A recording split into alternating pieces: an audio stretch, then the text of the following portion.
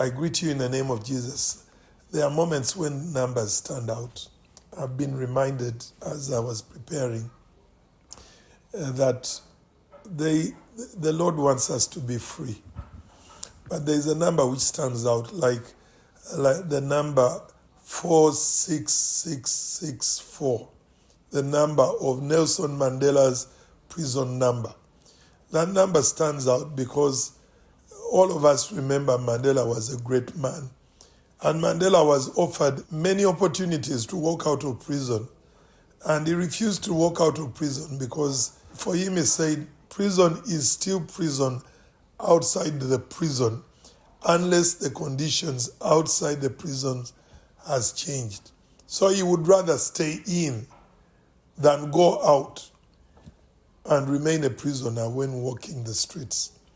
So his number 46664 is stuck in our minds.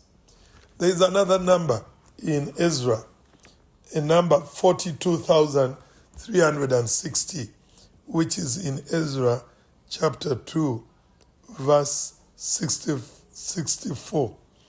The number of people who eventually agreed to heed to the voice of Cyrus. When Cyrus became king over the Middle Asia, when he took over as an emperor, even freeing people from the captivity of Babylon, his belief was that everyone should go back, build their temple. Every nation that was in captivity should be released. Let them go back, rebuild their temples, reset their homes, go back to the original setting they were in before they were captured by Assyria and Babylon.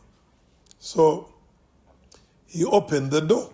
He flipped the door open. Just like you are in prison and someone opens the door, the next response, the one opening the doors would expect you to literally jump out and run to enjoy your freedom.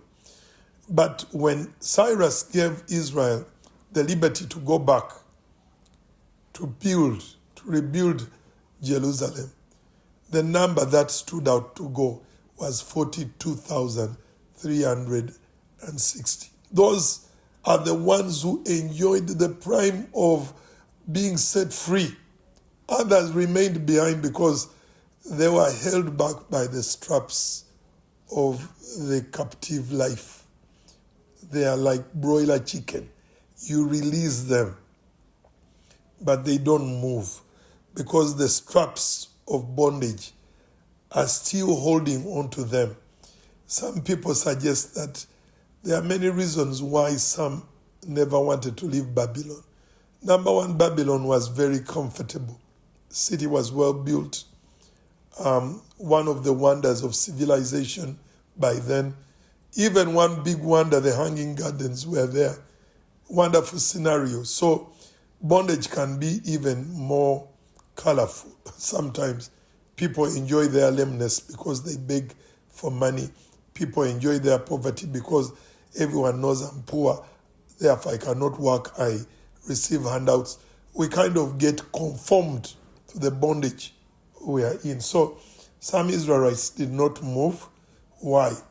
Because they enjoyed the Babylonian captivity comfort. Some had got employed, people like Nehemiah. He was employed a top cupbearer of the king. He tastes the top wine and the top food of the king. He's in a palace. He has a standing job, secure. Why would he venture to go out and rebuild his old but God-fearing life? So Nehemiah wouldn't leave because of a job. Someone wouldn't leave because of the comfort of Babylon. Others would not leave because, 70 years they were in exile and they had acquired the language of the area, the culture of the Babylonians. And as it were, God promises to set us free. He sets you free, and the onus is on you to move from where you've been bound for many years to a place which is new. And there you are in Ezra 2, verse 64, 42,362 are the ones willing to walk out, leaving 1,000,000 plus people behind. And my word of exhortation for you is, why don't you take the opportunity when God has opened the door? Why do you sit back, bow to inertia, not move into the space God is creating before you? Revelations 3:8 suggests, God says, I have set an open door before you, and no one can shut it.